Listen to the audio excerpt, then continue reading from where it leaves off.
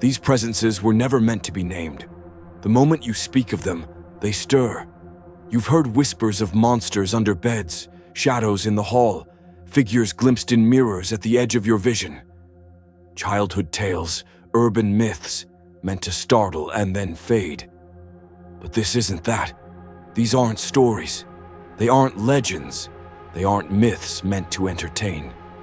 They exist in corners of reality that humans weren't intended to perceive. Hidden temples, dusted tomes, silent corridors of forgotten knowledge. They speak of them, and now you have stumbled here. They do not appear to scare. They do not knock, claw, or shriek.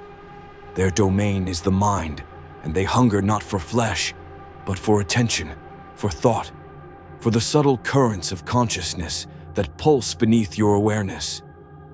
Some predate language, fragments of ancient consciousness long broken across time. Others emerge from gaps in belief, born where reality falters. They need nothing from you but the space to exist within your mind. They are already there, waiting in the fractures of perception you ignore. You will not see them in the light of day. They occupy no physical place. They are drawn to hesitation, to indecision, to the way thought curves when it senses an unseen hand. They are the silent intruders in your awareness, the subtle shapers of doubt and unease. Across cultures, they have been named. In Germany, the Alps sat upon sleepers' chests, stealing breath while the body remained paralyzed. Scandinavia called her the Mara, in Japan, Kanashibari. Different names, identical function, weight without form, eyes without gaze, presence without locality.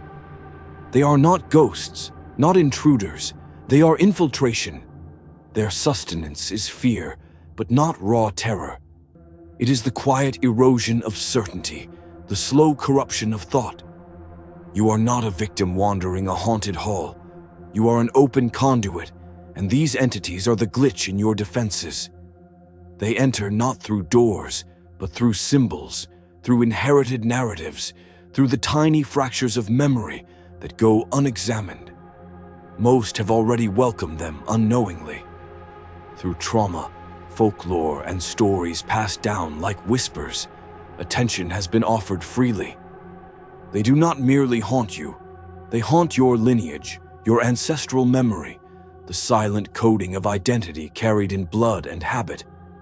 Some of these presences have been elevated to myth, misunderstood as folklore. The Alp, the Mara, the Kanashibari, these are not parables. They are living thought forms, egregores sustained by human consciousness. They do not exist in the world outside your perception, but they manipulate the space within it. You forget the tale, but not the tremor it leaves in the body, the sudden pause in breathing at night, the inexplicable dread at 3:33 a.m., the sensation that consciousness itself is being rewritten while you remain helplessly awake. Some knowledge is too perilous to carry lightly. Others cannot be known without risk. Once these beings are granted attention, they settle in, subtle, insidious. They embed themselves in your decision-making, in the recursive loops of anxiety, in dreams that arrive preloaded with unease. You cannot fight them conventionally. Tools meant to distract, rituals intended to ward. They are camouflage, not cure. To acknowledge is to invite. To resist unwittingly is to feed. And modern science, while eager to explain the inexplicable as sleep paralysis or hallucination, becomes a perfect shield for them. If the mind believes it is rationalizing, it lowers its guard. Not all of these forces are mistakes or shadows. Some are ancestral, carried in blood, spirit, and memory. In West African traditions, they are called egungun or egum, ancestral echoes that do not ask for fear or worship, but for recognition. When neglected, their presence becomes insistence. They manifest not in anger, but in pattern, recurring illness, unexplained anxiety, the same financial missteps, the repetition of trauma across generations. They are the consequence of forgetting, of severing ritual, of leaving memory untended. Then there are entities that do not haunt the home, but the system. They move through governments, corporations, and institutions, as subtle as policy, ideology, or cultural meme. Aeon, Andras, Aeon, names whispered in texts, often misread as allegory, are entities of infrastructure, feeding off compliance, obedience, and blind allegiance. They do not possess individuals in the traditional sense. They rewrite social codes, bend morality, orchestrate betrayal, division, and conflict. And yet, they are transparent in their method. Miscommunication, misaligned incentives, the slow corrosion of trust, these are their fingerprints. You feel it daily, in workplaces, schools, and communities. It is not mismanagement. It is infestation. Some beings are older, stranger, and more patient still. They exist beyond the perceptible spectrum, in frequencies that ripple unseen.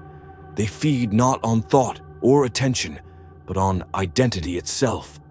They wait until you are seeking, until spiritual ambition opens gaps in your self-concept. Then they emerge, a guardian of thresholds, a reflection of every denial, every buried guilt, every unresolved trauma. They confront without violence. They mirror you with such precision that survival requires confrontation with the self, without pretense, without armor. Those who meet them unprepared can fracture, not symbolically. Reality itself bends under the weight of self-erasure.